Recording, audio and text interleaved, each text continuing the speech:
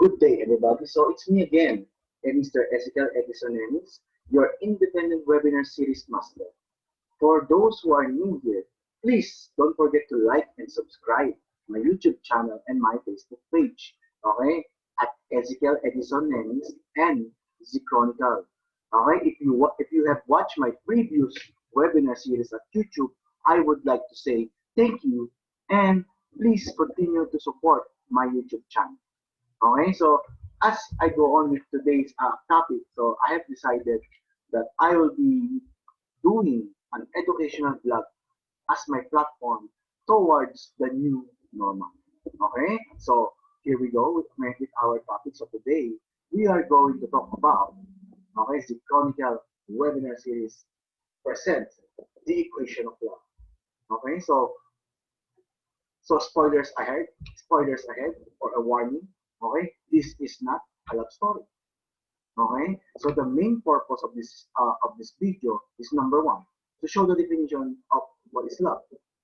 And then, of course, number two, how does economics and love related to each other. And of course, the main objective of this show is to know what is the equation of love. So hear me out loud. Today we talk about the equation of love. So as you can see here in my slides, okay? So it means I is over 3 and you, or pag binaliktad natin, I love you, I heart you. Okay? So this is one example of what is an equation of love means. But of course, this is a different one. This is more on a mathematical equation. Okay? They just put the greater over to down and then the 3. So it makes a heart. And then you means I love you. Okay? So before I begin with everything else, so let us understand first what is love. Okay? What is love nga ba? A lot of us keep asking what is love. Okay? There are many definitions of love. Number one, sabi ng mga young ones or kids, okay, or adult, okay, love is blind. Because sabi nila, if you love someone, you accept whatever they have. Even though they have nothing, you will still love them. So that is why we said that love is blind. Okay, another one, love is based on experience. So, kung broken-hearted ka right now, therefore love is not good. Okay, but if you are in love, therefore your love is very colorful. So, you make your own definition based on your experience. And of course, ayon kay Merriam-Webster, love is an intense affection for another person based on personal familial ties. Okay, you love that person because you have an affection to him, and then that affection is something that you want to give your life with. So that is the definition of love, according to Merriam-Webster. But of course, there are a lot more definitions of love, but this is the most beautiful definition of love. Okay, it came from the Holy Bible. Okay, it is from 1 Corinthians chapter 13, verse 4 to 5. Okay, sabi niya, love is patient, love is kind. Okay, it does not envy, it does not boast, it is not proud, it does not dishonor others, it's not self-seeking, it's not easily angered, it keeps no record of wrong. Okay, so sabi sa Bible, a perfect definition of love, sabi niya, love is patient. If you love someone, you are willing to wait. Love is kind, so you keep. Okay, if you are willing to wait, therefore you do everything that you think is right because you love them. It's not envy. You are not jealous. Okay, if you love someone, you do not jealous. You should be happy on whatever that your loved ones have. You do not boast. Hindi ka magyayabang. And of course, you shouldn't be proud or dishonor the others. Dahil mahal mo siya. Okay? It is not self-seeking.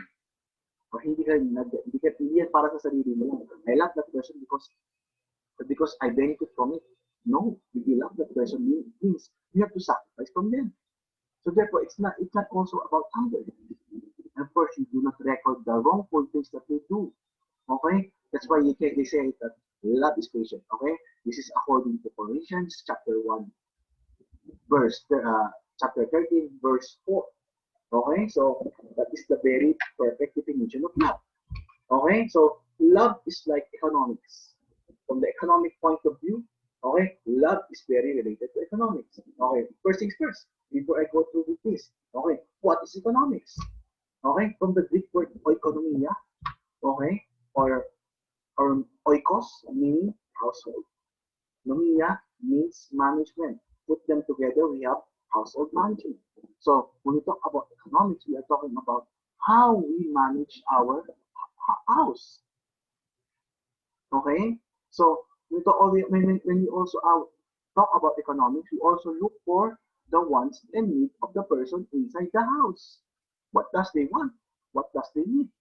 Okay, so as an economist, you provide these things to those people who needs it or wants it. And at the same time, what is their unlimited wants? Okay, people want food. That is the most basic part of economics. That is the most basic part of wants and needs. Okay, scarcity. So we prevent the shortage of it so that all the people who are inside the household or outside the economy have a supply of foods and clothing. And that's how we make a choice at the end. So this is what we call economics. We talk about these five main words: the needs, the wants, the unlimited wants, scarcity, and how you will make choice. Okay? So love and economics are very much interrelated from each other. How ba? Paano ba siya, Sir Z? Okay? Paano ba? How? Okay, number one, in order for love to grow, it started at home, which is managed or headed by the family or by the parents of the young ones. If there is no love at home, therefore there is no love outside. Okay? The only constant love that we have right now is from our parents. The love of our parents towards us. That's very constant. That's why love started at home. Okay? And of course, in such thus economics, love begins with the selflessness of the government and the society. Imagine if the government are very much corrupt, therefore the society will emerge, will take a rally or take offense to the government.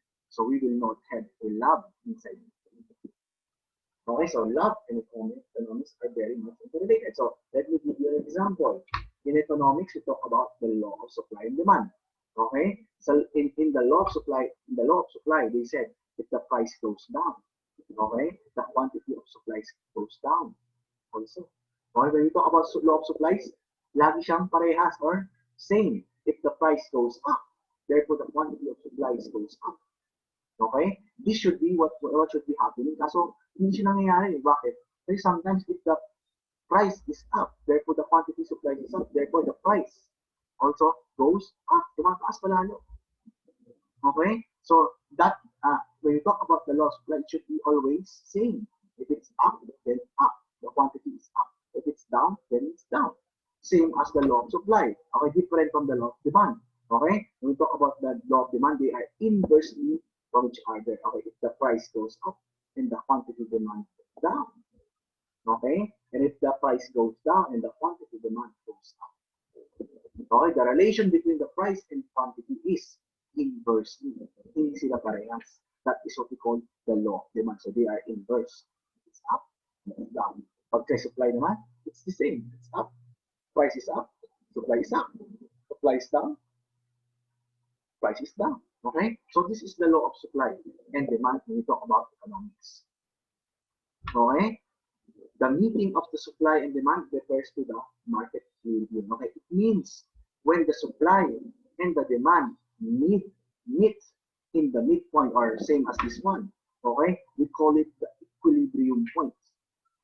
Okay, it means that they have an agreement between the price and the demand. Okay, the supply was able to fulfill the promise of the demand.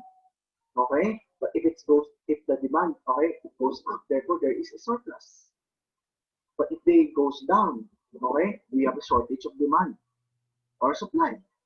Okay, but those who meet in the midpoint or this one, okay, that is what we call the equilibrium point. Okay, talk about equilibrium point. It is the meeting, the demand and supply are very much different. So nakuha mo yung gusto ng lahat. Okay, same as love. Okay, so we talk also about economics. Okay, in economics, elasticity is the responsiveness. Okay, so based on the equilibrium point, you need to respond. Okay, Elasticity is a tool by economics for measuring the reaction of function change to limitation in a comparative way. Okay, so we react based on what is the demand and supply. If there is a shortage of supply, therefore, how can we eat? How can we drink if there is a shortage?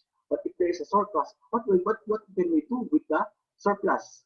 Otherwise, these things will be spoiled, or with what we call spillovers. Okay, so we respond to this demand and supplies. Okay, in economics, we respond to this because all we need is the need wants. Okay, this responds to the supply and demand. Okay, so when we talk about love, okay, there is the law of time and love.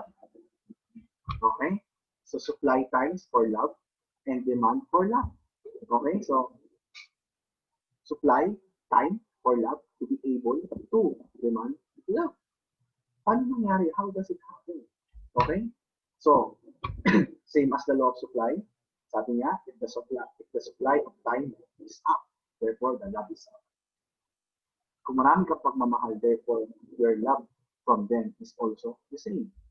Same as the down. Okay? If there is a decrease from the supply of time, therefore wala kang chance to love that person, therefore they are the same. Okay? That is what we call the supply of time. Okay? For love. Okay, and of course, same with the law of demand. We talk about the demand for love. Okay, they are also inversely proportional. Okay, if there is a increase in demand for love, therefore the result of love goes down. If you love too much that person, okay, sometimes mawawala siya sa'yo. So it goes down. Same as the other one. If the demand is down, therefore the result of love is high. If you love less, the affection and love for you goes up. Okay? You see the relation between the law of supply and demand and the law of time and love. Okay? Of course, like what I said in the law of supply and demand, we also have what we call love equilibrium. It is where the demand of love and the time of love meet in the middle. Okay? So they meet in the middle. So therefore, as you can see here in my slides or in my previous slide, okay, kita nyo, if it goes up, there is a time lapse. Okay? If they meet in the middle, therefore there is a time to know each other. Okay? Loosen time if there is no more time or no more time to get to know each other. Okay? So another criteria for the quantity of love is the hard to get standards, okay, which is the normal process of love. And then the other one is easy to get. Okay? In order for the love and time to meet with each other or to provide the love and affection with each other, so we meet in the middle, so what we call the equilibrium of love. Okay, of course. Okay, so we react from this. How do we react? So we call it the elasticity of love. How do we react? If there is, like what I said, too much love, sometimes, okay, nagkakaugat. As you can see in the picture, nagkakasawaan. Okay? But of course, if there is less love, you broke up easily. But if you give time for love, therefore you will meet your forever. Sabi nga naman nila, walang forever. But if you meet the love of your life, therefore it is where your love equilibrium meets, therefore there is a forever. Till death do us part. Okay? So this is what we call the elasticity of love. Okay? The truth is there are no equation for love. Okay? There are no equation for love. Okay? We cannot measure how much we love our other person. Okay? We do not know how to love them unless we meet the person who is right for us. Okay? But there is an equilibrium of love. It is where the two persons meet in that given time and the given love that they have. So they meet, they jive. So that is what we call the equilibrium of love. Thank you everybody for listening for my education about love. Okay, so please don't forget to subscribe, to like and share my Facebook. Okay, Ezekiel Edison Ennis. Okay, at Z Chronicle. Okay, don't forget to like and subscribe.